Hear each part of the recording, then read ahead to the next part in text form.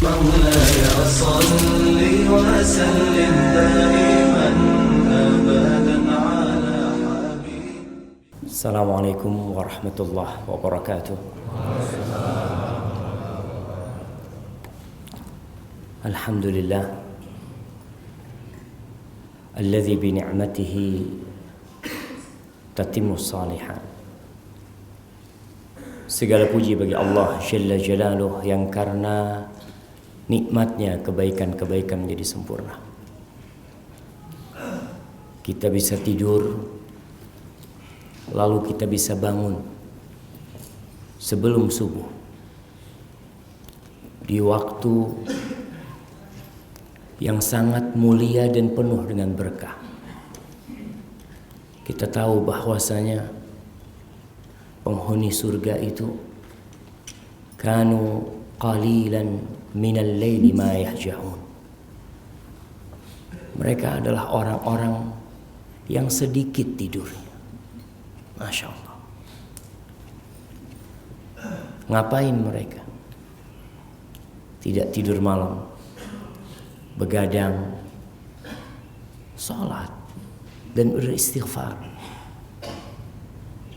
Rasulullah sallallahu alaihi wasallam beliau membenci tidur sebelum maghrib.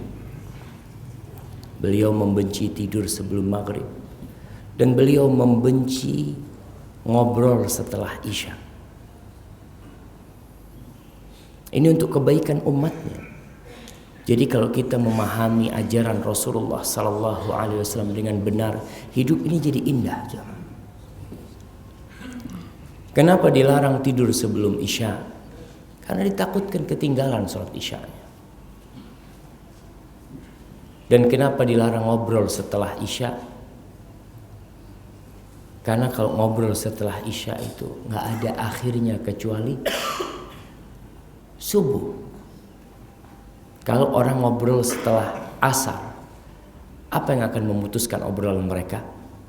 Adzan sholat maghrib. Orang ngobrol setelah maghrib, apa yang memutuskan obrolan mereka?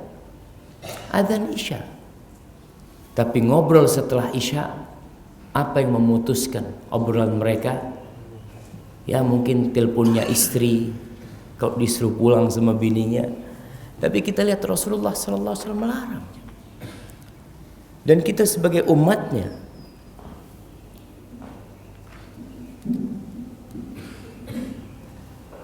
ya paling tidak mengamalkan apa yang diajarkan oleh Nabi SAW. Dan antum akan merasakan bahwasanya gaya hidup Rasulullah SAW tidak ada yang bisa menandinginya. Bangun di waktu subuh itu, subhanallah. Rasulullah SAW mengatakan, Allahumma barik ummati fi bukuriha. Ya Allah, berikan berkah kepada umatku di dini hari mereka. Alhamdulillah kita dikasih nikmat bisa bangun, bisa datang ke masjid. Sekali lagi Allah yang pantas dipuja dan dipuji. Allahumma salli wa sallim ala sayyidina wa maulana Muhammadin wa ala alihi wa ashabihi ajma'in. Ya Allah, semoga salawatmu, salam, berkah dan nikmatmu senantiasa kau curahkan untuk hamba kekasihmu, untuk baginda Nabi kita Muhammad alaihi salatu wassalam, untuk keluarga beliau, untuk istri-istri beliau, untuk putra-putri beliau, dan untuk seluruh sahabat Nabi. Semoga Allah meridai kita bersama mereka. Jamaah rahimakumullah. Hari ini hari Selasa. Tanggal berapa jamaah? Tanggal 24 Syawal 1438 Hijriah. Masya Allah, kita bisa datang ke masjid padahal ini hari kerja. Sebagian orang dari rumahnya langsung berangkat ke tempat kerjanya. Tapi ada orang-orang yang dari masjid berangkat ke tempat kerjanya. Semoga tempat mereka memulai kerjaan mereka hari ini diberkahi oleh Allah Jalla Jalaluhu. Yang akan kita bahas pada kesempatan kali ini adalah tentang rasa malu. Semua sepakat bahwa rasa malu itu adalah sebuah kemuliaan. Ada orang-orang yang tidak punya malu ya. Seperti orang-orang yang berjanji lalu dia ingkar dengan janjinya. Seperti orang yang punya hutang kemudian menunda-nunda pembayaran utangnya. Orang-orang yang tidak punya malu padahal dia mampu membayarnya. Dan malu ini adalah salah satu bagian dari keimanan. Rasulullah sallallahu alaihi wasallam mengatakan al-imanu bid'un wa sittuna syu'bah. Adnaha au a'laha qawlu la ilaha illallah. Wa adnaha imatatul adha 'anit tariq. Wal haya'u syu'batun minal iman. Kata Nabi alaihi salatu wasallam, keimanan itu memiliki 60 lebih cabang. Yang paling tinggi adalah la ilaha illallah. Ucapan la ilaha illallah adalah tingkatan keimanan yang paling tinggi. Bahkan itulah kunci surga. Artinya kalau ada orang baik mengamalkan segala amal kebajikan, tapi dia tidak mengatakan la ilaha illallah, maka dia tidak memiliki kunci surga. Semua amalannya akan menjadi debu yang berterbangan. Allah mengatakan wa qadimna ila ma amilu min amalin faja'alnaha haba'an manthura. Kata Allah, kami datangkan semua amalan mereka karena dia beramal di dunia ini. Lalu tatkala dihadapkan kepada mereka, Allah jadikan amal mereka itu debu yang berterbangan. Karena amalan mereka tidak dibarengin dengan la ilaha illallah. Tidak ada keikhlasan. Adnaha, tingkat keimanan yang paling rendah itu adalah menyingkirkan gangguan dari jalan. Ini subhanallah. Islam berbicara tentang hablum minallah dan Islam berbicara tentang hablum minan nas. Kadangkala antum jalan ada batu di jalan. Ada orang-orang yang memiliki tingkat keimanan kuat, dia langsung singkirkan batu itu. Tapi ada orang-orang yang masih baru belajar beriman. Sebagian ngelihat batu, ngelihat paku, dia lewatin. Setelah 2-3 meter dia balik. Dia lihat ada paku tadi gitu. Tapi hatinya belum spontanitas mengambil itu paku untuk dibuang. Tapi ada orang-orang yang sudah Masya Allah, sampai tingkatan iman yang terendah dia sudah melakukannya. Menyingkirkan sesuatu yang mengganggu dari jalan. Wal haya syu'batun minal iman. Dan rasa malu itu adalah bagian dari keimanan.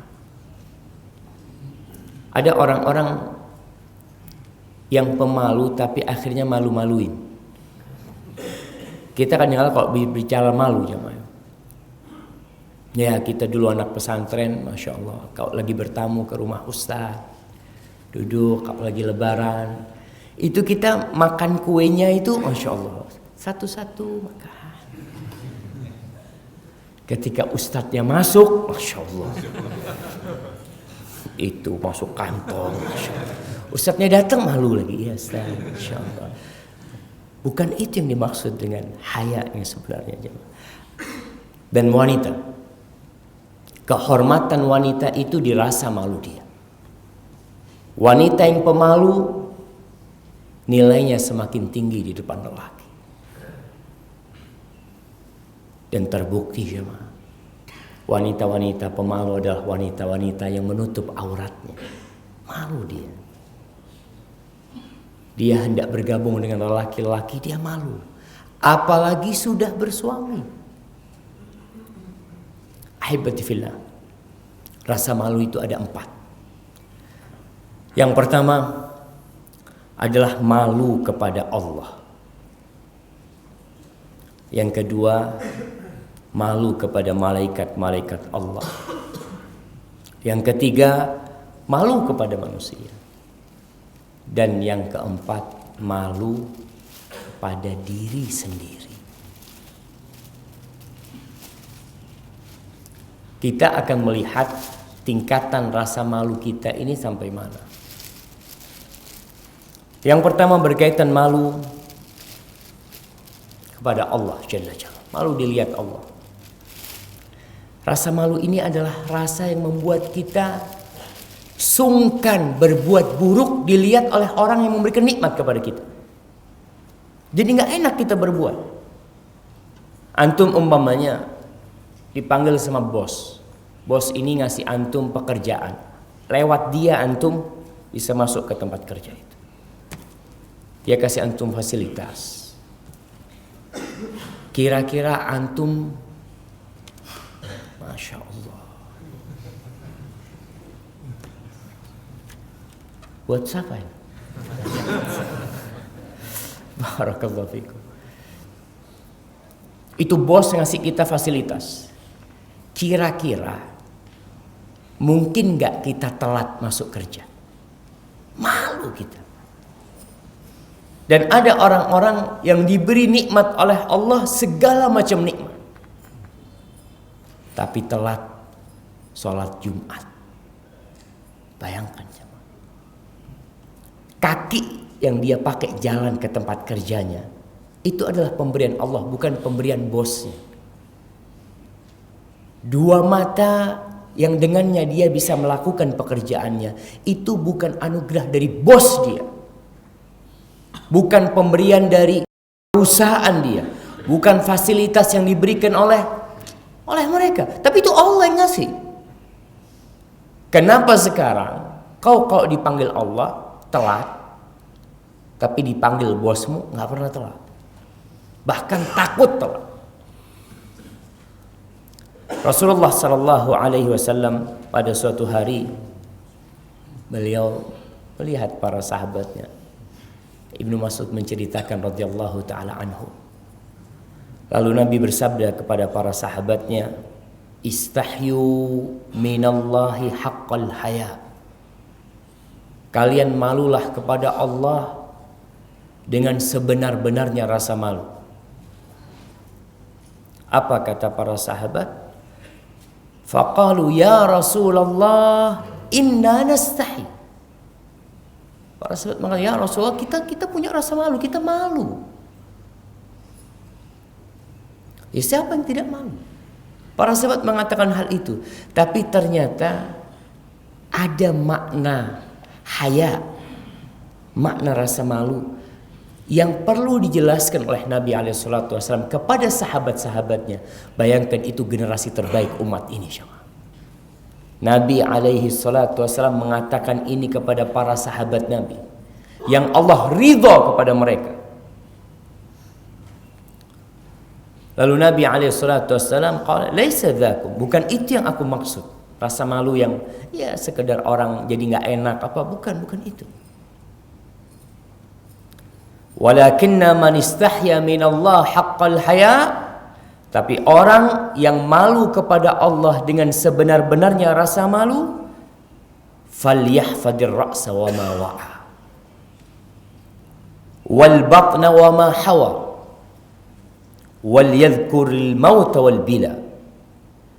Kata Nabi SAW, barang siapa yang malu dengan sebenar-benarnya rasa malu, maka hendaklah dia menjaga kepala dan isinya, dan menjaga perut dan yang bersambung dengan perut.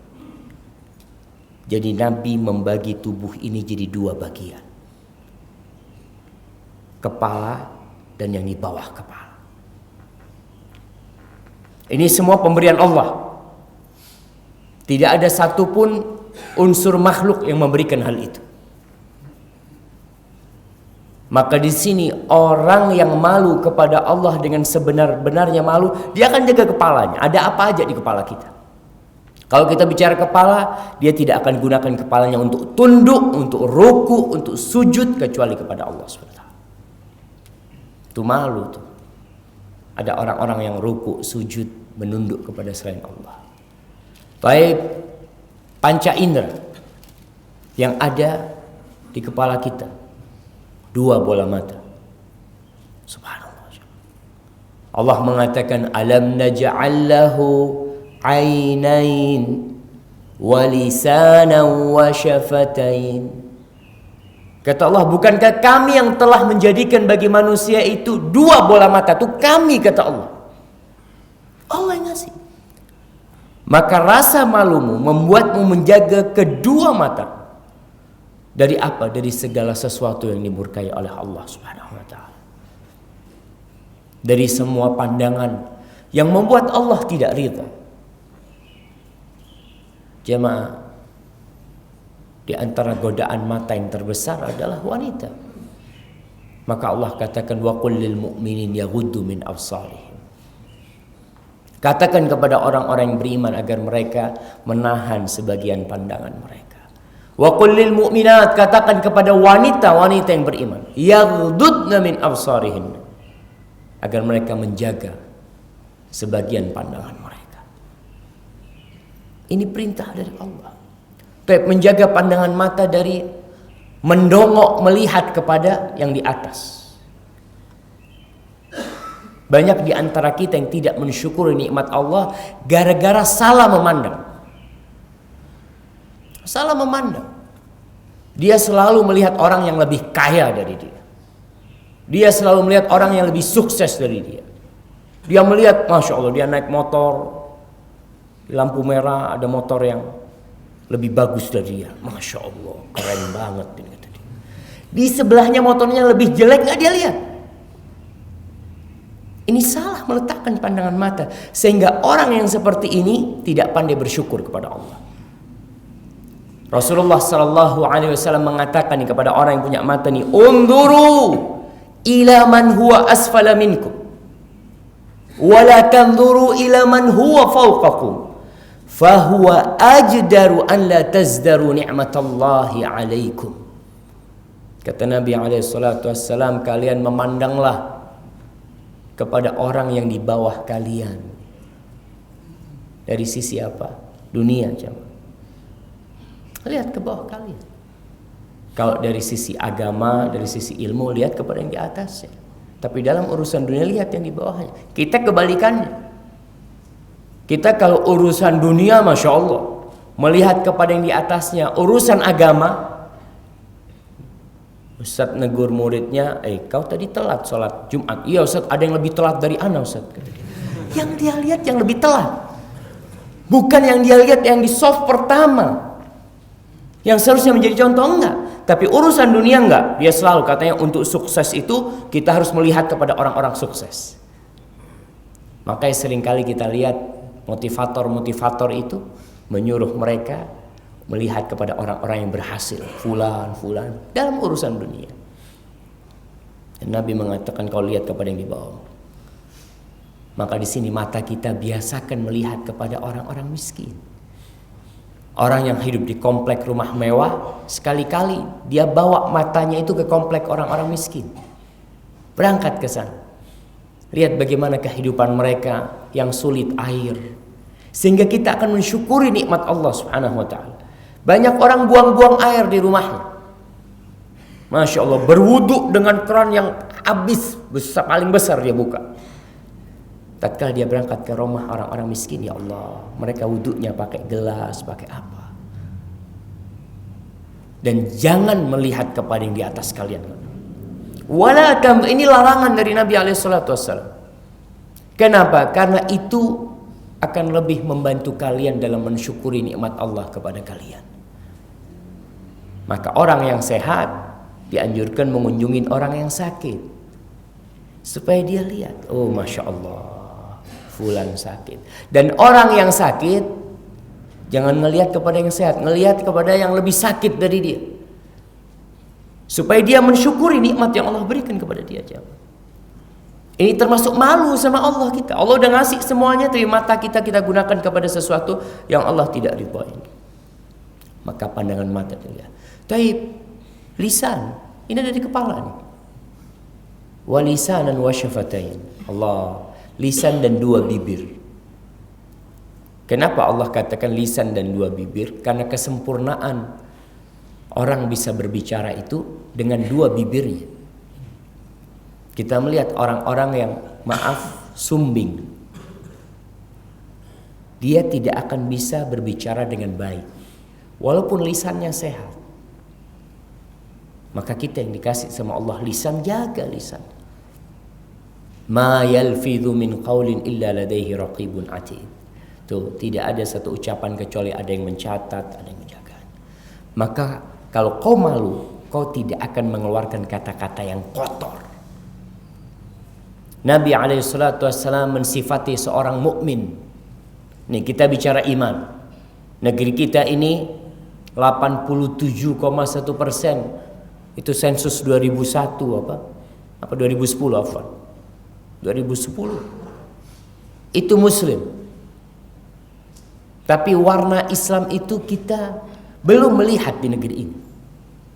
Warna Islam. Karena banyak orang-orang mukmin yang tidak malu sama Allah Subhanahu wa taala. Rasulullah sallallahu alaihi wasallam mengatakan laisal mu'min bit-ta'an walal la'an walal fahish walal badhi. Seorang yang beriman itu enggak suka mengutuk, enggak suka mencela, enggak suka memaki, enggak kotor omongannya, enggak kasar pembicaraan. Lisan. Kau harus malu sama Allah ketika engkau mengatakan suatu ucapan yang Allah murka kepadanya. Itu dari Allah lisanmu itu. Kemudian di kepala kita ada apa? Ada telinga. Apa yang kita dengarkan? Banyak orang-orang yang lebih suka mendengarkan nyanyian-nyanyian syaitan daripada firman-firman Tuhan. Coba dalam sehari berapa kali kau mendengarkan firman-firman Allah? Dan kadangkala kita kalau lagi nonton TV ya sebagian umat Islam, ketika channel itu sampai ke Mekah, ada channel Mekah, channel Al-Quranul Karim namanya. Dia buka bacaannya memang bagus, dia ganti, dia pindah. Dia tidak ingin mendengarkan hal itu. Dia mau mendengarkan channel-channel yang sama sekali tidak memberikan manfaat, la fid dunya wala fil akhirah. Manfaat dunia dan akhirat. Kalau Anda boleh bertanya, Anda mau kasih hadiah. Anak-anak muda yang biasa ikut-ikut konser, dia gunakan telinganya untuk mendengarkan. Apakah dia esok harinya itu semakin semangat bekerja? Nah, buat antum. Enggak, maksudnya ana alhamdulillah sejak nonton tadi malam itu bisa sholat duha, bisa zikir, bisa ana. Enggak. Apa yang dia lakukan? Tidur merusak. Tidak akan memberikan manfaat buat negara ini. Enggak ada. Dan banyak tontonan televisi yang diperdengarkan juga enggak ada manfaatnya dunia dan akhirat. Yang ada merusak generasi bangsa. Itu yang terjadi. Anak kadang-kala ngelihat anak-anak muda di pinggir jalan pakai kaos hitam, bajunya gambarnya Superman is dead, tengkorak, masya Allah. Anak bingung, ya Allah, dari mana mereka? Adzan Isya nongkrong di pinggir jalan. Ternyata mereka sedang mendatangi konser-konser musik. Subhanallah. Kok akan ditanya tuh? Inna sam'a wal basara wal fuada kullu ulaika kana anhu mas'ula. Tuh kata. Sesungguhnya pendengaranmu akan ditanya apa yang kau dengarkan selama ini. Dan akan ditimbang. Kalau kita bicara ada orang, ya Ustaz, ana kadang-kala mendengar sesuatu yang haram, tapi ana juga mendengarkan sesuatu yang baik, nanti akan ditimbang. Fa amma man thaqulat mawazinuhu fa huwa fi 'aisyatir radiyah.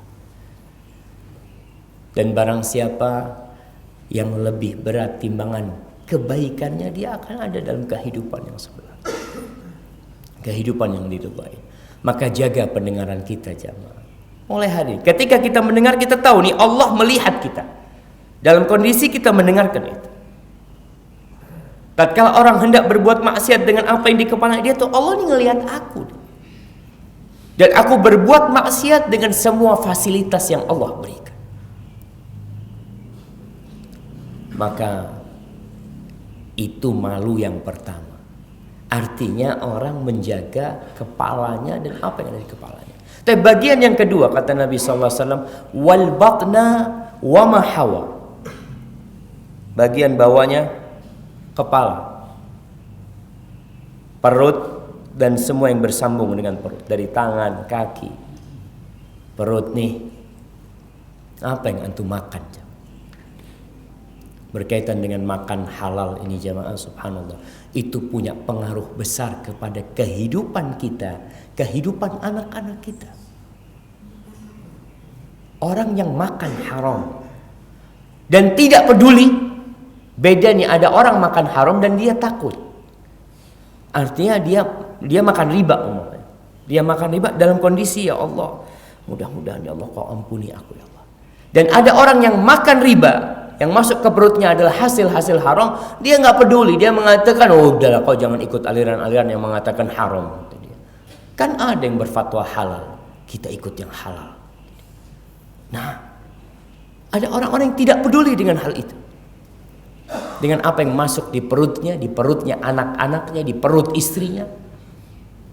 Dan kata Nabi SAW, sayati 'alan nasi zamanun la yubalil mar'u min aina iktasabahu. Akan datang satu masa di mana orang tidak peduli lagi dengan apa yang dia usahakan.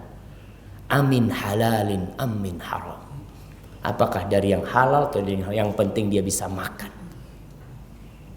Maka jaga perut kita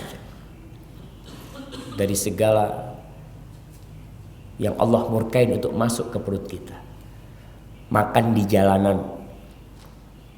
Dia sejatinya kalau kita bisa makan di rumah, makan di rumah. Karena kita tahu dengan apa yang dimasak oleh istri kita. Kadang kalau orang makan di luar, makan bakso ya, kita tahu tiap hari berapa ton babi hutan masuk ke Jakarta. Berapa banyak dari Jambi itu disebutkan. Yang ketahuan ya, ketahuan 7 ton celeng ya, dijual di pasar Jakarta. Kita kalau beli di luar, itu kemungkinan ada yang kita makan. Apalagi daging-daging olahan. Daging-daging olahan yang nggak tahu ini daging apa. Maka kita perlu berhati-hati karena kita malu sama Allah. Memasukkan sesuatu yang Allah murkain. Sedangkan kita bisa makan yang halal. Beda dengan orang yang darurat. Maka coba jamaah, kita melihat nih, selama ini kita makan apa semuanya sudah halal? Atau kita nggak peduli? Oh berarti kita harus makan di restoran yang ada label halalnya? Enggak juga. MUI Surakarta itu menentang mati-matian label halal. Ketua MUI itu, dia mengatakan, Ustaz, saya tahu yang bisa ngurus label halal ini yang punya duit, Ustaz. Warung-warung kecil gimana? Mereka nggak akan pernah punya label halal. Padahal yang dia jual halal. Muslim yang jual, Muslim yang taat. Itu MUI Surakarta. Ya, wallahu a'lam, mungkin antum punya kebijakan sendiri. Tapi yang jelas kita berhati-hati makan. Di warung-warung kecil kalau kita lihat penjualnya memang Masya Allah, kita lihat Muslim yang taat kepada Allah SWT, fadl. Kalau enggak, kalau lihat gayanya, aduh bahaya nih. Karena ada sate apa? Sate kambing plus anjing. Itu ditanya nih orang ini, ketangkep nih. Ya, udah berapa lama jualan? Alhamdulillah sudah 2 tahun. Udah 2 tahun dia jualan. Nah, dia bersyukur dia sama Allah bisa makan. 2 tahun kata dia. Terus berapa dicampur? Iya, 1 kilo daging kambing, 2 kilo daging anjing. 2 tahun bayangin. berapa orang yang makan di tempat dia. Di pinggir jalan dia jual. Murah, alhamdulillah, zen, enak banget satenya di sana. Udah murah, besar-besar lagi. Kita harus hati-hati jemaah. Ini kehati-hatian seorang muslim. Abu Bakar As-Siddiq radhiyallahu taala anhu pernah suatu hari dikasih makan sama mantan budaknya dia. Kasih kue lah, dia makan. Kayaknya Abu Bakar lagi lapar, sehingga dia tidak tanya dari mana kau dapat ini. Dia makan. Setelah Abu Bakar makan, mantan budaknya mengatakan, Abu Bakar, kau tahu dari mana ini aku dapat ini? Oh iya, dari mana kau dapat ini? Dulu aku ini pura-pura menjadi peramal. Akhirnya orang yang aku ramal itu benar ternyata. Dia kasih hadiah aku ini. Langsung sama Abu Bakar dimasukkan tangannya, dia muntahkan yang dia masukkan. Dia meriwayatkan hadis Nabi alaihi salatu wasallam, ayyuma lahmin nabata min suhtin fannaru aula bihi. Daging mana aja yang tumbuh dari yang haram, neraka lebih pantas jadi tempat dia. Allah memerintahkan kita untuk makan yang halalan thayyibah. Taib yang di perut, yang di bawah perut kita, yang bersambung dengan perut kita, kemaluan kita. Di atas kita diperintahkan untuk menjaga pandangan mata. Di bawah kita diperintahkan untuk menjaga kemaluan kita. Sejatinya menjaga kemaluan ini dimulai dengan menjaga pandangan mata. Orang-orang yang Masya Allah, yang tidak memandang wanita-wanita yang bukan mahramnya, dia akan ridho dengan istrinya. Dia cukup, alhamdulillah. Tapi ada orang-orang yang karena matanya kemana-mana, ketika dia melihat istrinya, dia gak puas sama istrinya. Dia ingin mencoba wanita-wanita lain. Na'udzubillah min dzalik. Dan zina adalah termasuk dosa besar yang Allah murka. Tidak ada alasan buat seorang berzina sama sekali. Ketika Allah sudah membolehkan bagi dia untuk menikah 2, 3, dan 4. Fa in khiftum alla ta'dilu fawahida. Kalau engkau takut tidak bisa berbuat adil, 1. Artinya siapapun orangnya, dia mengatakan istri anak sakit-sakitan, istri anak seperti ini, macam-macam, tidak ada alasan buat engkau berzina. Karena Allah sudah membolehkan, Allah membolehkan buat engkau. Tapi ternyata engkau makan yang haram. Rasulullah SAW ketika Isra Mi'raj melihat orang-orang yang makan bangkai. Makan bangkai, makan daging yang sudah busuk dimakan. Di sebelahnya itu ada daging yang nyaman, yang enak. Di sebelahnya dia. Lalu dia makan yang busuk ini. Lalu Nabi SAW bertanya, siapa mereka? Ini orang-orang yang berzina. Allah sediakan yang halal, dia makan yang haram. Allah sediakan yang halal buat engkau. Dan kau tahu pezina-pezina itu tempat sampah. Atau sebagian orang menamakan seperti WC. Yang semua orang ke sana. Engkau meninggalkan istrimu. Maka hati-hati. Rasulullah SAW mengatakan wa fi bud'i ahadikum shadaqah. Dan seorang suami mendatangi istrinya itu dapat pahala sedekah. Jadi kita harus sering-sering bersedekah. Nah, para sahabat heran bagaimana seorang mendatangi istrinya karena syahwat dapat pahala sedekah. Mereka mengatakan, ayati ahaduna syahwatahu wa yakunu lahu fiha ajr. Ya Rasulullah, gimana nih orang mendatangi istrinya karena syahwat, dia dapat pahala sedekah? Iya. Ara'aita in wada'ahu fi haramin akana alaihi wizr. Kata Nabi SAW, gimana menurut kalian kalau dia syahwatnya disalurkan ke yang haram, dapat dosa enggak? Ya tentu dapat dosa. Begitu pula ketika dia salurkan ke yang halal.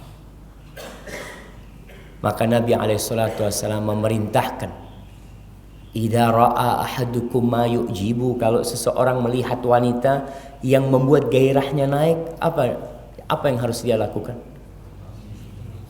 Falyarji ila ahli, pulang ke rumahnya. Ustaz, ana masih harus kerja. Nggak apa-apa, kau izin. Atau kau hari itu sudah absen. Nah, benar jamaah, ini masalahnya masalah iman, masalah rasa malu. Kau datang ke istrimu, kau salurkan, selesai jamaah. Syahwat ini seperti ombak yang naik, habis itu turun ketika disalurkan ke tempatnya. Maka kita yang harus pandai-pandai menjaga kemaluan kita. Ini anak-anak muda nih. Anak-anak muda godaannya tidak seperti orang tua. Dan orang tua yang berzina tidak seperti anak muda yang berzina. Orang sepuh berzina, na'udzubillah min dzalik, termasuk yang tidak akan dilihat oleh Allah Jalla Jalaluhu pada hari kiamat. Sudah sepuh, sudah lebih 40 tahun, apalagi 60 tahun masih berzina. Padahal faktor yang mendorong dia untuk berzina sudah lemah. Ya udah lemah lah, orang sudah tua ya. Kadang-kala kalau dia berzina dia harus minum obat ini macam-macam. Kita lihat di pinggir jalan obat kuat apa, masya Allah. Itu orang berzina dalam kondisi fisik dan kemauannya sudah rendah. Maka Allah tidak akan lihat. Sedangkan untuk anak muda, kata Nabi SAW, ya ma'syarasy syabab, man istata'a minkumul ba'a falyatazawwaj. Wahai kaula muda, barang siapa di antara kalian memiliki kemampuan untuk menikah, hendaklah menikah. Menikah jemaah. Yang mampu. Nggak ada urusan menikah itu dengan sekolah. Karena kita lihat pendidikan di masa sekarang ini membuat anak muda hidup menjadi pengangguran begitu lama. Dulu kita lihat ya, tua kita lulus SD sudah bekerja dan sukses kehidupan mereka. Ada yang SMP sudah bekerja, ada yang SMA bekerja. Sekarang anak-anak kuliah pada nganggur sebenarnya. Kenapa? Karena setelah kuliah dia tidak bekerja sesuai dengan bidang yang dia pelajarin selama ini. Terus ngapain kau sekolah? Kalau ternyata orang mau di ekonomi, dia sekolah ekonomi, lulus kerja di bengkel, Masya Allah. Kenapa kau nggak dari lulus SMA kerja di bengkel? Enggak Ustaz, syaratnya itu harus S1 kerja di bengkel Ustaz. Ya sudah, berarti dia memang mengejar ijazah itu, kemudian hidup dengan pengangguran. Maka anak-anak muda yang mampu nikah, nikah. Berapapun umurnya. Apa anak SMA boleh menikah Ustaz? Siapa yang melarang? Anak-anak SMA menikah boleh ketika dia mampu. Jangan membebani orang tuanya. Tapi ada orang tua yang Masya Allah. Ana punya dosen di Madinah, seorang profesor Masya Allah. Dia ngomong, Syafiq, ana dinikahkan oleh bapak ana ketika anak kelas 1 atau kelas 2 SMA. Dinikahkan sama orang tuanya. Sukses hidupnya. Karena fitnah satu sudah, orang yang menikah itu sempurna separuh agamanya. Berkaitan dengan kemaluan dan matanya alhamdulillah. Tapi tinggal berkaitan dengan perutnya, masalah makan haram ini. Maka antum kalau mampu menikah, menikah. Nggak mampu Ustaz, orang tua tidak mendukung, apa yang harus dilakukan? Puasa. Nikah tidak, puasa tidak. Jadi apa anak muda? Kita lihat. Jadi begal-begal. Siapa anak-anak muda yang jadi begal itu jemaah? Karena mereka punya nafsu. Uang hasil begal itu buat apa? Buat sedekah ke masjid. Nah, ya tadi buat nyabu, buat berzina. Karena nafsu itu ada. Dan kita diperintahkan untuk mengekang nafsu itu dengan puasa. Faman lam yastati' fa 'alaihi bisyam. Yang enggak mampu puasa. Fa innahu lahu wija. Puasa itu mengekang nafsu kita. Jadi kita bisa nahan tuh kemaluan kita. Tapi ketika nikah tidak, puasa tidak, yang kita lihat. Maka buat anak-anak muda yang pada sekolah, yang dia merasa tidak mampu, kencengin puasa sunnahnya. Puasa Senin Kemis. Ustaz, Ana ini puasa Daud Ustaz, tapi nafsu ana masih tidak terkekang. Ya iyalah, dia kerjanya duduk nongkrong di pinggir jalan ngeliatin orang lewat. Ini gimana nafsunya? Kau udah puasa, yang dipegang apa? Quran, zikir. Tapi kalau engkau sudah berpuasa tapi matamu masih kau lepas, kau tidak malu sama Allah. Makanya ada orang-orang yang puasa yang tidak dapat pahala apa-apa. Puasa Ramadan, selesai Ramadan, satu dosa pun gak ada yang diampuni dari dia. Kenapa? Karena puasa dia hanya menahan makan dan menahan lapar dan haus, tapi tidak menahan syahwat dia.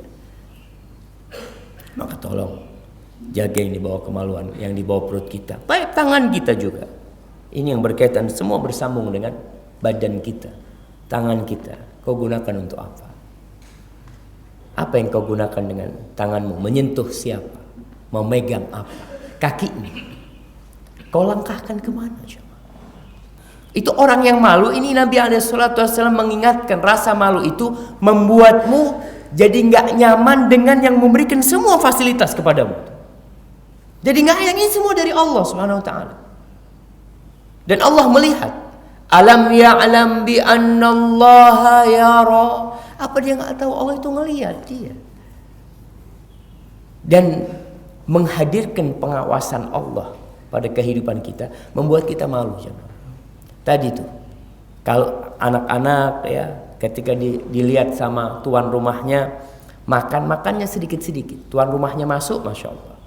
Begitu pula dengan adanya CCTV sekarang. Orang itu ketika dia mau mencuri, dan Anda melihat pernah dikirimin sebuah video, ini orang lagi ngantri mau nyopet ya. Ada seorang perempuan, tasnya terbuka, dia ambil dompetnya. Ketika dia balik, ada CCTV. Akhirnya dia colek nih perempuan, Mbak, dompetnya jatuh. Dia pergi dia jamaah. Karena dia tahu sedang ada yang mengawasin dia. Kita kan perasaan tidak ada yang mengawasin, itu yang membuat kita akhirnya nggak malu. Orang itu kok dilihat malu. Baik. Kemudian kata Nabi SAW, orang yang malu itu wal yadhkuril mauta wal bina. Hendaklah dia mengingat kematian. Ingat kalau kita mau mati. Ingat kalau tubuh kita ini akan hancur, jemaah. Akan hancur. Makanya kadang-kala orang itu nggak suka kalau khutbah Jumatnya tentang kematian. Kematian lagi kata dia. Nggak ada yang lain apa gitu. Betul. Kenapa? Karena kematian ini yang membuat kita jadi takut. Umumnya ada seorang ustadz mengatakan, "Syuh, kemarin ini ada orang di sebelah rumah bangun villa, Masya Allah, habis 12 miliar. Pas 2 hari sebelum dia masuk mati." Apa gunanya villa yang dibangun? Nggak ada gunanya. Apa villa bisa mendoakan dia? Nggak bisa. Kalau kau punya anak banyak, mungkin anak-anak soleh bisa mendoakan orang tuanya. Maka kita diperintahkan untuk cari aset setelah kematian. Banyak di antara kita itu yang cari aset untuk pensiun. Makanya orang-orang kalau sudah umur 50 tahun itu, pejabat-pejabat nih mulai itu berpikir, bagaimana masa pensiun saya nanti? Dia mulai buka usaha ini, buka usaha itu. Tapi orang yang cerdas adalah orang yang mempersiapkan diri ketika dia tidak bisa beramal. Kau masa pensiun masih bisa kerja, tapi ada masa ketika tubuhmu kaku dan hancur dimakan belatung dalam tanah. Makanya Nabi SAW mengatakan, "Idza mata ibnu Adam inqata'a amaluhu illa min thalath." Apabila anak Adam mati, maka semua amalannya putus kecuali 3. Ini 3 nih yang kita cari. Orang kalau ingat mati dia akan berpikir, yang pertama, sedekah jariyah. Dia berpikir nih, iya aku sudah berapa banyak yang aku sedekahkan. Aku punya aset sekarang semuanya mungkin umpamanya anggap 10 miliar. Sedekahmu berapa? Sedekah jariyahmu punya? Ada 100 juta.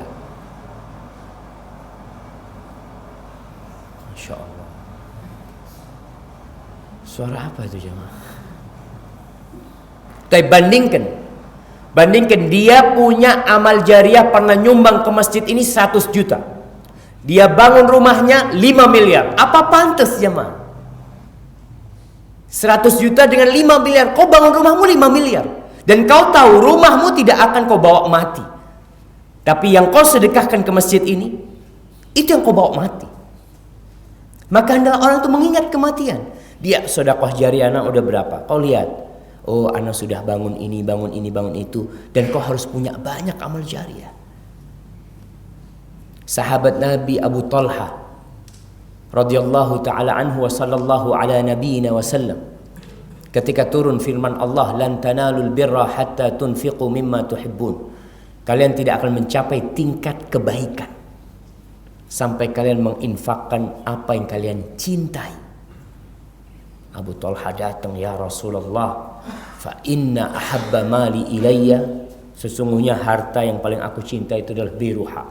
Di depan Masjid Nabawi itu, di sebelah Masjid Nabawi itu ada kebun kurma yang jumlah pohon kurmanya banyak, dan di situ ada mata air yang segar yang biasa Nabi SAW datang untuk minum di sana. Aku jadikan itu di jalan Allah. Bayangkan jemaah. Dan mungkin sekarang lokasi itu sudah jadi Masjid Nabawi. Dan berapa pahalanya? Orang yang udah mati, udah jadi bangkai mungkin jemaah. Mungkin sudah tidak ada sisanya di kuburan. Tapi terus amalan itu nyumber ke dia. Orang-orang yang pensiun kan kepinginnya kayak gitu. Dia kepingin punya usaha. Nanti ketika pensiun dia duduk di rumah.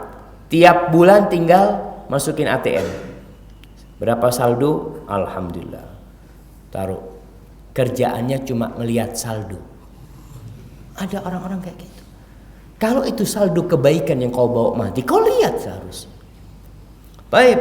Yang kedua, yang perlu dipersiapkan dengan ingat mati ini adalah apa? Ilmu yang dimanfaatkan. Makanya jemaah, kita diperintahkan untuk menuntut ilmu. Kalau kita bicara ilmu yang bermanfaat ini, yang pertama adalah ilmu agama. Karena ilmu agama ini yang membuat antum tahu yang halal dan yang haram. Tapi Ustaz, ada ilmu lain Ustaz, ilmu dunia, nggak ada masalah. Kalau bermanfaat, engkau akan mendapatkan pahala itu karena ilmumu dimanfaatkan. Tapi yang lebih dari itu adalah ilmu agama. Karena seorang mau belajar di kedokteran jamaah, ya ini Ustaz bicara ilmu agama karena Ustaz belajar ilmu agama gitu. Orang yang belajar di kedokteran dan dia jadi profesor di sana, apa dia belajar tentang cara wudhu yang benar dari gurunya? Nggak ada. Apakah diajarin sama gurunya tentang doa sebelum tidur? Diajarin sama gurunya tentang doa masuk toilet? Diajarin sama gurunya doa berangkat ke masjid? Nggak ada. Yang dipelajari ilmu-ilmu umum. Taib itu bermanfaat, insya Allah kau akan mendapatkan pahala sesuai dengan manfaat yang diberikan ilmu itu. Tapi belajar agama. Kenapa Anda tekankan masalah agama? Terus terang di negeri kita, ilmu agama ini disampingkan. Anda sering ingatkan bagaimana orang-orang yang sekolah di SD, berapa jam dia belajar agama? Berapa jam? Ngomongnya kita harus seimbang Ustaz, nggak boleh ekstrim kita. Kita seimbang, 50-50, 50% dunia, 50% akhirat. Bohong kau. Kau lihat agama berapa persen? Berapa persen? 5%, 10%, 90% semuanya urusan dunia. Kita lihatlah mal-mal yang besar-besar umpamanya. Kalau kita bicara seimbang dunia akhirat, kau masjid kau letakkan di tempat parkir yang kecil yang kotor. Kau katakan seimbang, nggak boleh ekstrim dunia dan akhirat. Kau bohong semuanya. Banyak kebohongan yang kita lakukan dan kepalsuan dalam kehidupan ini. Tatkala kita berbicara harus seimbang, tapi kita tidak seimbang. Dan itu kata Allah Jalla Jalaluhu, bal tu'thirunal hayatad dunya. Tapi kalian lebih mementingkan kehidupan dunia. Wal akhirah khairu wa abqa. Dan akhirat itu lebih baik dan lebih abadi jemaah. Kalau kita berbicara lebih baik, kau seharusnya investasi itu. Kalau ada dua investasi. Satu investasi yang menghasilkan 10 miliar. Setelah itu putus, habis. Satu investasi yang menghasilkan ribuan miliar dan tidak pernah putus. Kau akan pilih mana? Yang ribuan miliar. Tapi kata Allah enggak, kau akan pilih yang dunia. Kenapa sampai sekarang? Anak kadang-kala heran. Anak sempat ngomong sama abah anak. Kenapa, Bay? Masih ada orang yang tertipu dengan urusan penggandaan uang. Sampai hari ini jemaah. Tahun kemarin atau tahun ini yang di Probolinggo, siapa? Dimas Kanjeng atau Kanjeng Dimas. Itu bayangkan, ada orang yang tertipu punya uang 200 miliar. Dia berikan dengan harapan berlipat ganda. Orang punya 200 miliar, Masya Allah. Antum gak punya 200 miliar kira-kira datang kajian ke sini? Hah? Kayaknya enggak lah. Betul jemaah, orang kalau duitnya semakin banyak semakin jauh dari masjid kadang-kala. Enggak semuanya ya. Tapi realitanya kadang-kala yang datang ke masjid itu yang susah-susah. Nah, lagi susah, Masya Allah, datang ke rumah Allah lagi seneng nggak tahu tempatnya di mana. Tapi tadi itu kita berbicara investasi tentang ilmu yang bermanfaat jemaah, bahwasanya kita di sini dengan ilmu agama itu kita mempelajari itu tentang mana yang seharusnya kita amalkan.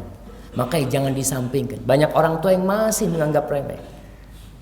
Kalau panggil guru ngaji ke rumah privat, apa sama gajinya dengan guru matematika atau guru bahasa Inggris yang privat ke rumah? Sama jemaah. Ustaz nggak sama Ustaz. Ustaz kan harus zuhud. Nggak boleh cinta dunia Ustaz. 300.000 cukup lah buat Ustaz. Nah, kalau guru bahasa Inggris, Masya Allah. Dan itu terlihat jemaah. Benar-benar kita ini meremehkan masalah agama. Secara pendidikan formal dan secara pendidikan non formal.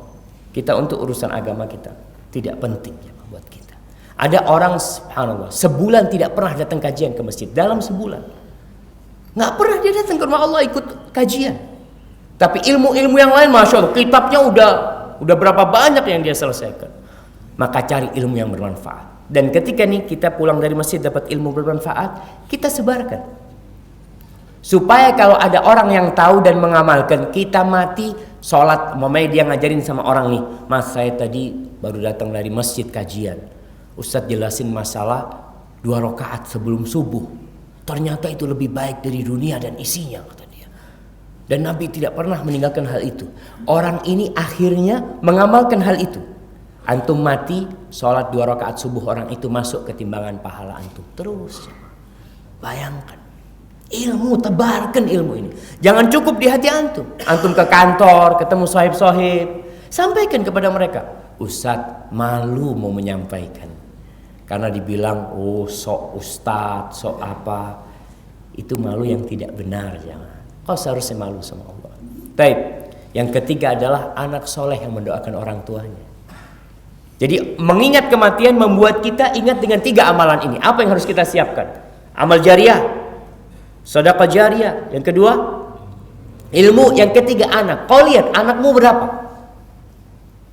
Anak-anak cuma 1 Ustaz. Dan lagi di penjara sekarang. Insya Allah.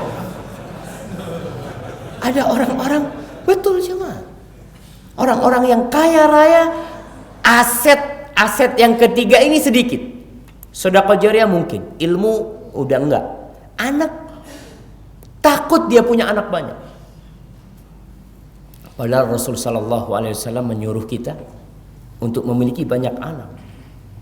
Ada sebuah pamflet di Kediri apa di Madiun ya, anak dikirimin itu di pinggir jalan, tulisannya banyak anak banyak masalah.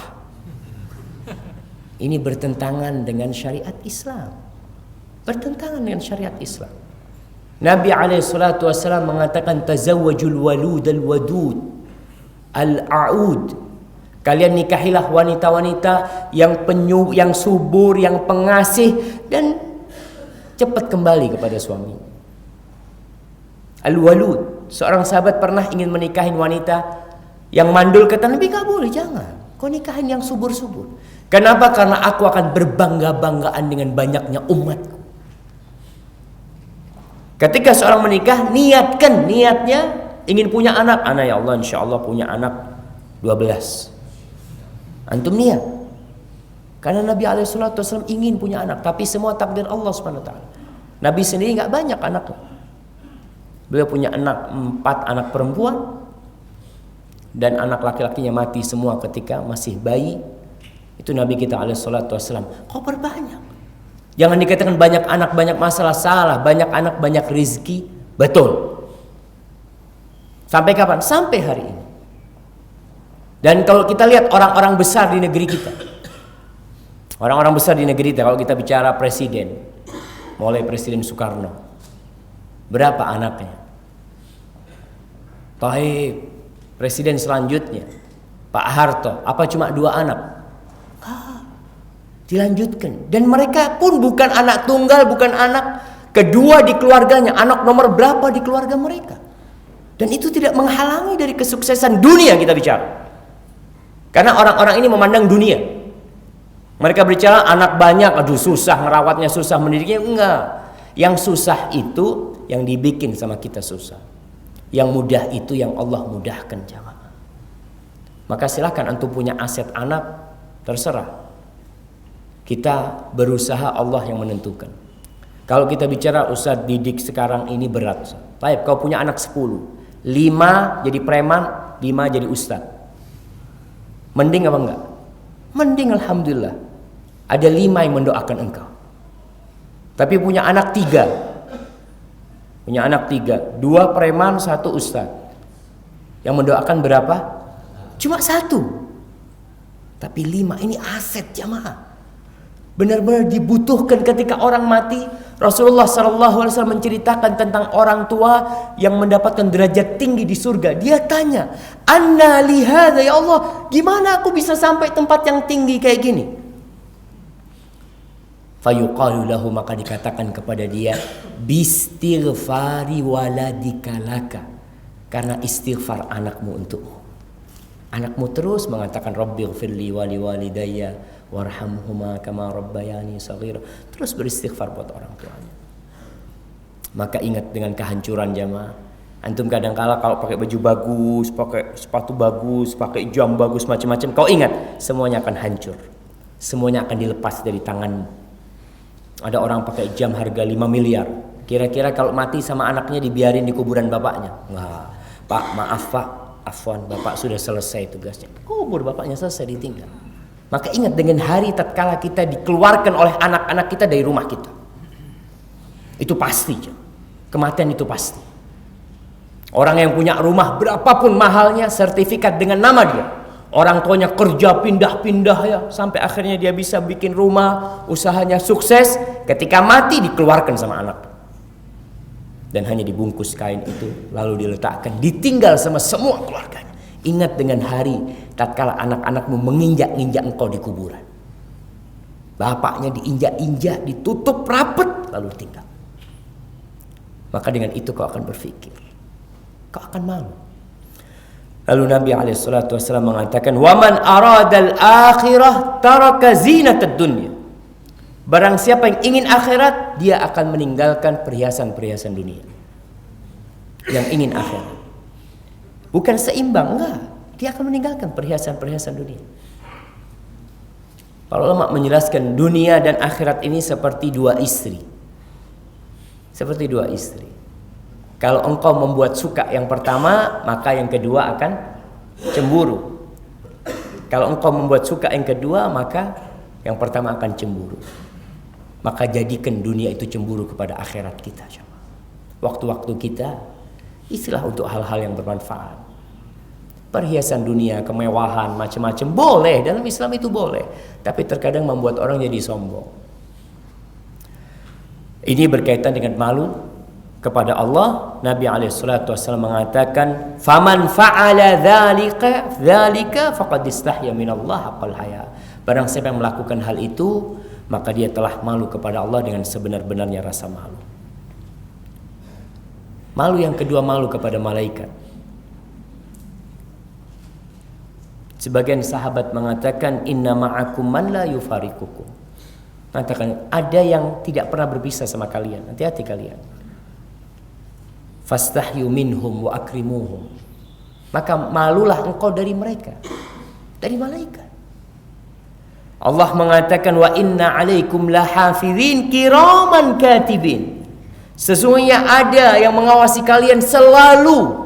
Mereka mulia, mereka terhormat, dan mereka mencatat. Ya'lamuna ma taf'alun. Mereka tahu dengan apa yang kalian lakukan. Kita kalau mau berbuat maksiat jamaah di kamar rumah, nggak ada yang ngelihat. Kita malu sama Allah.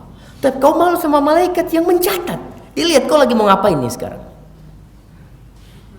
Maka hendaklah kita menghadirkan. Ini iman dengan malaikat. Salah satu buah dari iman dengan malaikat membuat kita semakin takut. Kita kalau ada sohib aja mau berbuat maksiat itu malu.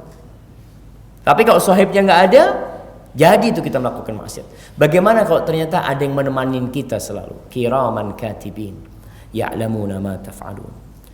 Kemudian yang ketiga adalah malu dari manusia.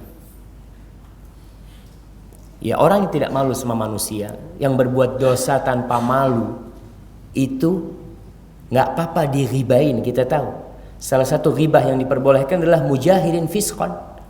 Orang yang melakukan dosa besar terang-terangan, minum di pinggir jalan, apa di pinggir jalan, nggak ada kehormatan buat dia, nggak punya rasa malu nih orang.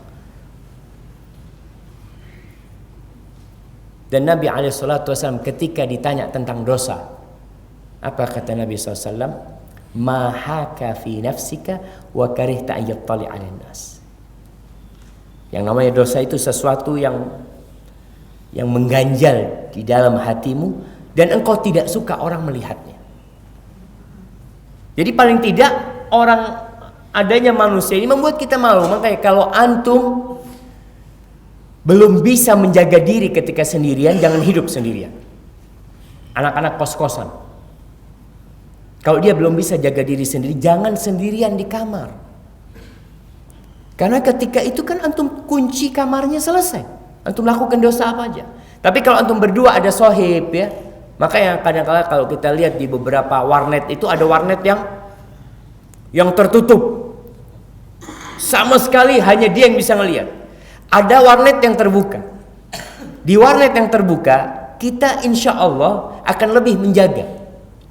Kenapa? Karena pada orang lewat semua nih. Tapi di tempat yang tertutup, nggak ada orang yang ngelihat. Jadi ini malu yang keempat, dan malu yang ketiga, malu yang keempat adalah malu dari diri sendiri jamaah. Kok malu dari diri sendiri? Artinya ada orang yang tahu kelakuanmu nggak benar gitu. Masa kau melakukan itu? Allah mengatakan la uqsimu biyaumil qiyamah wa la uqsimu bin nafsil lawwamah. Ada jiwa itu yang selalu mencela orangnya. Kau seharusnya nggak melakukan itu. Iya ya. Terus kau perlu malu dari dirimu sendiri. Tapi ada orang yang sudah tidak malu, dengan diri sendiri pun tidak malu. Dia melakukan dosa tanpa ada batasan. Karena rasa malu kepada diri sendiri itu termasuk membantu dia berhenti melakukan dosa-dosa. Hadza wallahu a'lam bishawab. Itu yang bisa kita sampaikan pada kesempatan kali ini. Semoga Allah Jalla Jalaluhu memberikan kekuatan kepada kita untuk bertakwa kepadanya, memberikan kesabaran kepada kita untuk melaksanakan perintahnya dan menjauhi larangannya. Karena kalau tidak jamaah, tidak ada di antara kita yang selamat dan bisa masuk surga. Maka berdoalah memohon kepada Allah Jalla Jalaluhu selalu ilman nafi'an wa rizqan thayyiban wa amalan mutaqabbala. Tiap pagi Nabi berdoa, Allahumma inni as'aluka ilman nafi'an wa rizqan thayyiban wa amalan mutaqabbala. Hadza wa sallallahu ala nabiyyina Muhammad. Anda lihat sudah jam 6:20, udah waktu syuruk nih. Ya, udah masuk kan? Tafadhol kalau kiranya ada pertanyaan. Ada beberapa pertanyaan. Pertanyaan yang pertama, apakah anak membangkang akibat dari dosa-dosa yang dilakukan oleh orang tuanya? Apakah anak membangkang akibat dari dosa-dosa yang dilakukan oleh orang tuanya? enggak paham?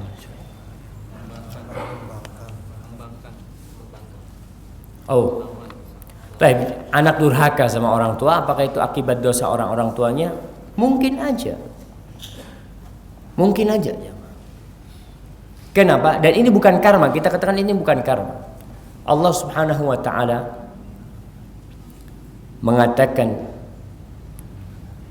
Laisa bi amanikum wala amani ahli kitab man ya'mal su'an yujza bihi. Barang siapa berbuat dosa pasti Allah balas. Pasti Allah balas. Itu sudah ketentuan Allah Jalla Jalaluhu. Dan kalau ada anak mungkin atau orang tua yang durhaka sama orang tuanya, anaknya jadi durhaka. Atau penyebab membangkangnya anak itu karena dikasih makan yang haram sama orang tuanya. Bisa jadi seperti itu.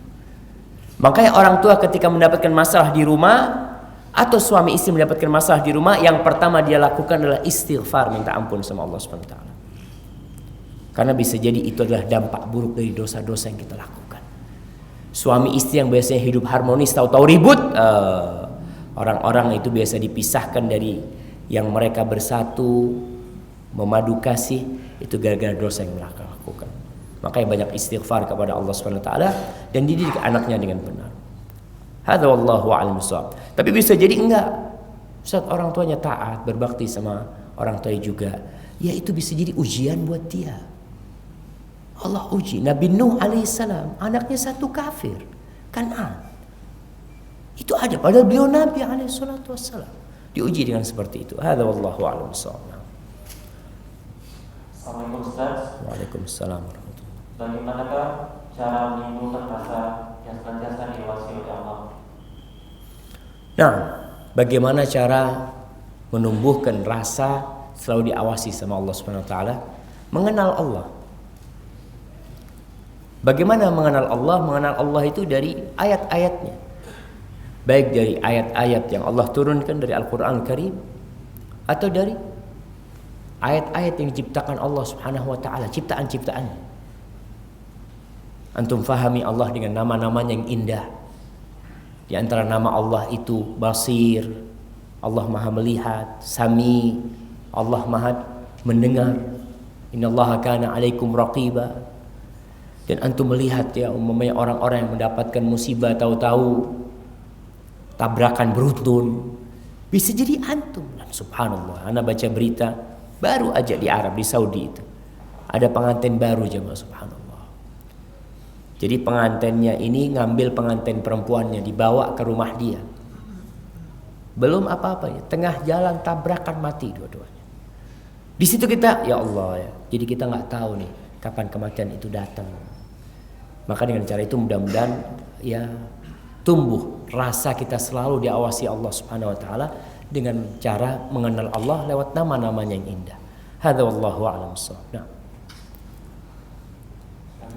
Assalamualaikum Ustaz. Waalaikumsalam. Bagaimana hukum merokok dan apakah merokok di sebuah tempat salah satu sifat tidak memiliki rasa malu? Rokok, masya Allah. Rokok ini termasuk musibah, coba. Sahih. Apalagi di negeri kita. Negeri kita ini surga buat perokok dan buat pabrik rokok. Surga di negeri kita. Wallahu a'lam. Ana di Jember itu, kalau dilihat iklan rokok itu paling banyak. Paling banyak. Padahal semua orang yang berakal bersepakat kalau rokok itu berbahaya. Semua bersepakat. Tapi ternyata memang ya surganya buat mereka. Terus bagaimana dengan hukum rokok? Kalau kita lihat hukum rokok jamaah, ilmu manusia berkembang. Sampai ana baca penjelasan seorang syekh ketika rokok baru muncul, itu ada yang mengatakan rokok itu wajib. Merokok itu wajib. Kata dia, orang yang biasa merokok habis makan, kalau dia langsung sholat nggak rokokan, itu nggak tumaknina sholatnya. Jadi dia wajib merokok dulu supaya tumaknina sholat.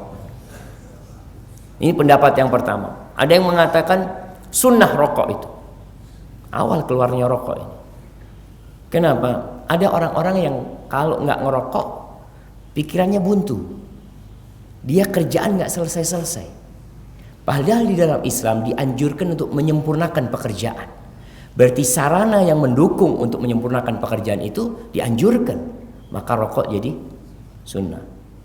Ada yang mengatakan mubah, rokoklah sama dengan kopi, sama dengan teh, sama dengan nasi. Boleh, kata dia. Ada yang mengatakan makruh. Kenapa makruh kata dia? Makruh karena rokok ini baunya nggak enak.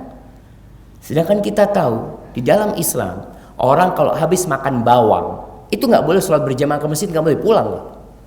Karena aromamu mengganggu jamaah yang lainnya. Nggak boleh, suruh pulang sama Nabi SAW.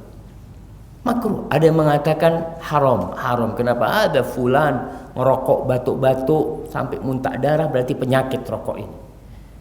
Baik, zaman berkembang, penelitian terus dilakukan. Akhirnya muncul kesepakatan bersama, rokok membunuhmu. Selesai sudah. Apa hukumnya membunuh dalam Islam? Haram. Ini pemerintah mewajibkan jamaah dengan tulisan besar, rokok membunuhmu. Maka ini sudah penentuan bahwasanya itu haram sebenarnya. Apa diperbolehkan orang minum racun jamaah? Tulisannya awas, hati-hati, racun membunuhmu. Boleh dia? Nggak boleh orang membunuh dirinya sendiri. Dan ini sepakat jamaah. Apa yang disepakati bukan hanya di negeri kita. Orang-orang kafir pun mereka sudah tahu bahaya rokok. Sehingga perokok itu dikucilkan. Di airport dikasih ruangan khusus. Kayak akuarium gitu. Semuanya ngasep di situ. Sampai anak punya sepupu yang masih ngerokok. Dia berangkat ke sana mau ngerokokan, kata dia, "Ada apa kita ngerokok di sini? Semua asap rokok sudah bergabung jadi satu," kata dia. Dia matikan rokoknya udah. Dia hanya mencium aroma yang di sana. Dikucilkan mereka. Dan orang yang merokok jamaah kadang-kala di tempat umum, ya, nggak punya malu. Kau tahu kau mengganggu orang? Nggak mengganggu orang. Tapi tadi rasa malunya sudah berkurang. Ya kalau kau mungkin masih jadi perokok, ya berusaha untuk sembunyi-sembunyi merokok itu dan berusaha kau meninggalkannya. Terus terang, ya kalau kita lihat fatwa MUI dulu di Indonesia makruh terus. Padahal ilmunya berkembang dan sudah banyak orang mati gara-gara rokok. Dan rumah sakit paru-paru full dengan para perokok aktif dan perokok pasif. Full jamaah. Dan sekarang diwajibkan dibungkus rokok itu. Ada gambarnya apa? Gambarnya tengkorak, gambarnya orang kena kanker, macam-macam. Dibungkus rokok, tapi di iklannya, Masya Allah, orangnya sehat-sehat, loncat dari pesawat, loncat dari mana. Wah, betul jemaah. Ini gimana iklannya kayak gitu, bungkus rokoknya kayak gini? Nggak benar. Ada yang tidak benar. Ada yang tidak benar. Hadza wallahu a'lam bishawab. Mungkin pertanyaan terakhir tentang waktu. Ustaz, apakah hukumnya sholat duha sewaktu jam kerja termasuk dalam korupsi waktu? Nah, berkaitan dengan sholat sunnah di jam kerja, ada kesepakatan yang tak tertulis terkadang di sebuah lembaga. Maka dilihat apakah itu diperbolehkan. Karena ada orang-orang yang memang diperbolehkan, artinya jam sekian dia mau sarapan boleh. Ada kesepakatan, maksudnya bagi yang belum sarapan, monggo kau kalau kerjaanmu memang udah selesai, nggak ada kerjaan, kau mau sarapan, maka dilihat bagaimana aturan yang ada di perusahaan. Aturan itu tidak harus tertulis ya, Ma. Tapi ada aturan yang bos membolehkan hal itu. Karena kadangkala di beberapa tempat ini jamaah, ada yang cerita, Ustaz, anak kalau izin pas adzan zuhur rapat, izin mau ke masjid itu nggak boleh, Ustaz. Tapi izin ke toilet, fadhol ke toilet, nggak masalah. Tapi ke masjid jangan gitu. Jadi ada hal-hal yang mungkin perlu diluruskan. Jadi kalau engkau mau sholat sunnah dan engkau nggak tahu dengan aturan yang ada di situ, maka kau datang ke bosnya, sampaikan, bos, ana ini kadangkala waktu duha ya, jam-jam 9 gitu, ana lihat kerjaan udah mulai agak ringan, ana sholat 2 rakaat, boleh nggak? Sampaikan.